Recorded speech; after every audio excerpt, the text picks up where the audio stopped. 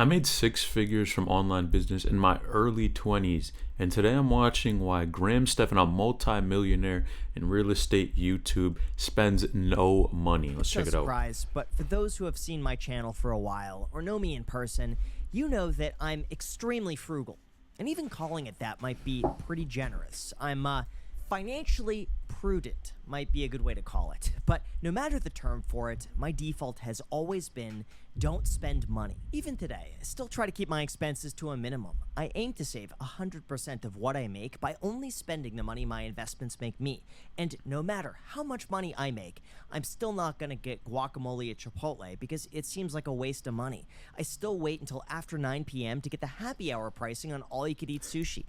I respect, man. I respect it. This is how I grew up. This is exactly what I was taught, right? Always to save. I still daily drive the exact same 2019 Tesla Model 3 that I bought for $78 a month, and I still buy generic brand foods from the grocery store because the name brand item is the exact same thing for $2 more. Never made sense to me. Seriously, without exaggeration, besides a few carefully crafted purchases that I'll talk about later in the video, I don't like spending money. And even though some people might think I've lost my mind, yeah, they're probably right. Just kidding. I promise if you actually hear me out, you'll see that there is a method to the madness of not spending money, and how adopting a few of these fiscally prudent practices could end up making you a fortune in the long run, especially if one day you want to live off your investments and make enough to hit the like button and subscribe if you haven't done that already. Oh, and also, big thank you to Incogni for sponsoring this video, but more on that later, because first, in terms of my fiscally conservative psychology, I really began to understand the value of money and just how hard it was to keep when I got a part-time job in high school. Back then, I was making maybe $100 to $200 a week doing photography for a marine aquarium wholesaler. And I distinctly remember when I started adding up the cost of how much I could buy, I was blown away at how expensive everything was. I just remembered thinking to myself, if I make $20 an hour, going out to a restaurant is going to cost me 2 hours out of my entire day just to pay for it. How does that make any sense? How could I ever do that? Or I would drive by a $2 million house and I'd calculate if I save $1,000 every single week, it would take me 40 years just to be able to live there. Impossible. At that age, I just figured, unless I won the lottery, I'm just like, how do people do it? I even remember a customer came in one time with a $10,000 Rolex on, and it blew my mind that somebody would spend $10,000 on a watch. But you know what? I'll tell you, when I got my real estate license at 18 years old, I would drive and commute 45 minutes one way every single morning to drive into Beverly Hills because that's the area that I wanted to sell real estate in, and those are the people that I wanted to be around and learn from. And the funny thing is, the more time that I spent over there, the more that sort of lifestyle and mindset just became normal. Like after a few years, it seemed common for people to buy $5 million houses in cash. People would drive around Bentleys like they're Honda Civics. It was kind of like the Wizard of Oz when you— Man, that's it shows that your surroundings and the people that you keep around you influence you heavily. So to even have something like that too, to where you have, people who are sure they're making a lot, they're spending a lot, and they're probably doing things differently with their money than the average person. That's the level up, right? That's why it's so important. It's so important in terms of who you keep in your circle and around you. So I think, man, that was a great decision, especially for real estate. You finally see what's behind the curtain. I was this kid who didn't come from any of that, and to go and see a client drop $50,000 at Saks Fifth Avenue on a random afternoon was like, what? Honestly, just seeing that successful people like this were out there and that they weren't anything special. They weren't any more talented than I was. They didn't work harder than I was. They were just normal, average people who happened to become extremely wealthy doing something that they became very good at. And it inspired me to believe that if they're able to do it, I would be able to do it too. Well, but now, almost 20 years later, the roles have flipped, and I could be in their exact same position if I wanted to be, except I'm in a spare bedroom turned podcast room talking to a camera by myself on a Thursday afternoon. Oh wait, hold on. Bailey's here. Bailey, say hi to the camera. Okay, but seriously, I still have a very similar psychology today as I did 20 years ago when I was making $100 a week. Like, I remember, on the one hand, just how far I could stretch $20, but on the other hand, those habits never really went away. Like, I could make a lot of money in a month, not spend any of it, and still obsess why the water bill's $75 higher than the previous month. Yes, I know it's completely irrational, but it's that sort of mentality that's kept me grounded, even when things are going well. And it's because of that mindset that's helped lead me here today, which is a lifestyle that the younger me could have only dreamed of. On top of that, in terms of saving money, I remember hearing about a concept early on that completely changed my entire perception of money. And it's the philosophy that I only earn what my money makes me. As an example of this, if I have $10,000, I don't view that as having $10,000 to spend. Instead, I see that as actually being worth $30 a month, adjusted for inflation for the rest of my life. And that's what I base my entire budget from. In fact, Man, I relate to this so much because I remember there was a month where I had a record amount in terms of online business that I made. And I took that plus savings. So I took 100% of what I made plus savings and put it all into the stock market. And that's really that difference there, right? Where a lot of people see that and their eyes light up and they're like, oh, I gotta spend. But I really resonate with what Graham is saying here because that's exactly what I did as well.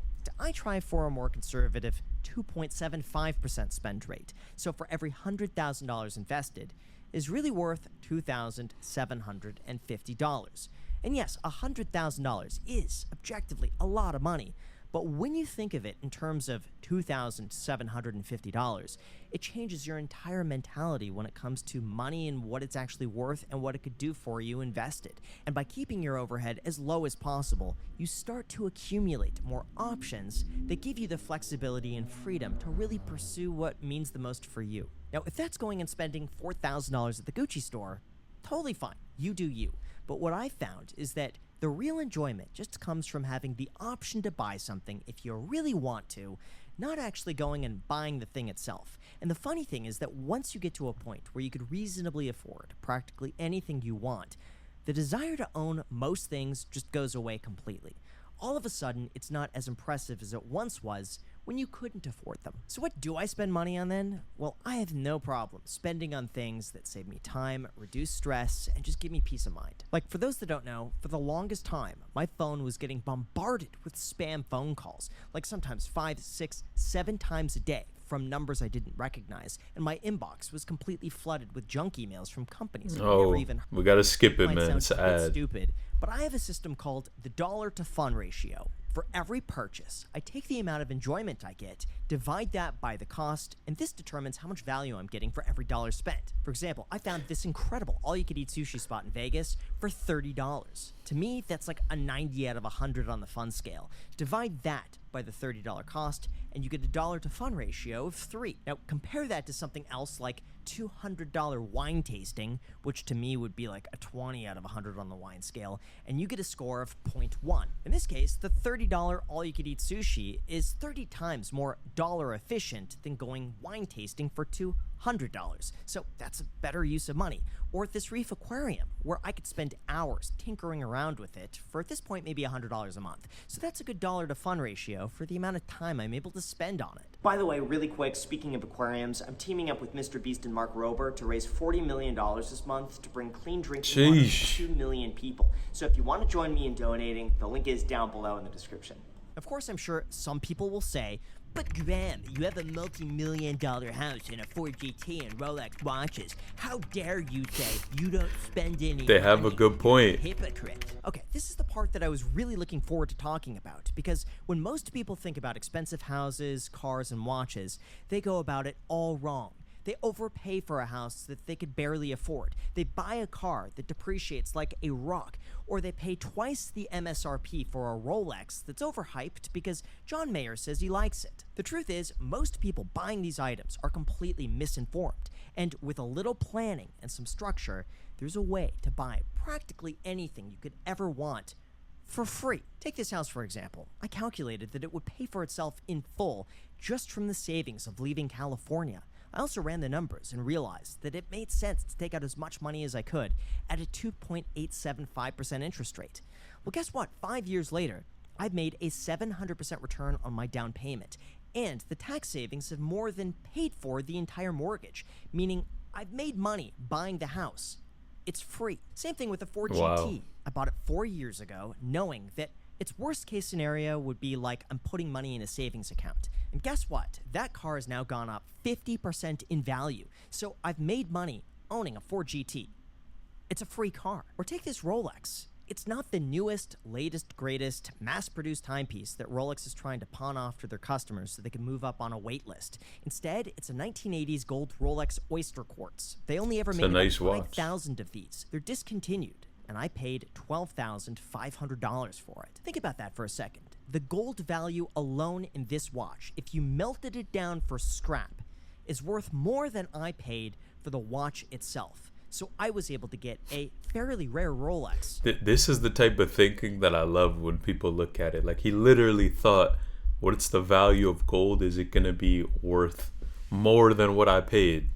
You can't make for that free. up. The same could be said about the Rolex Daytona. Instead of buying the Panda Daytona, which is impossible to obtain at retail price without a massive purchase history, I found a 1998 Zenith Daytona with original box and papers for the same price that a Panda would be at MSRP. So again, it's like I'm able to get a free watch because I could sell it for more than the price that I paid for it.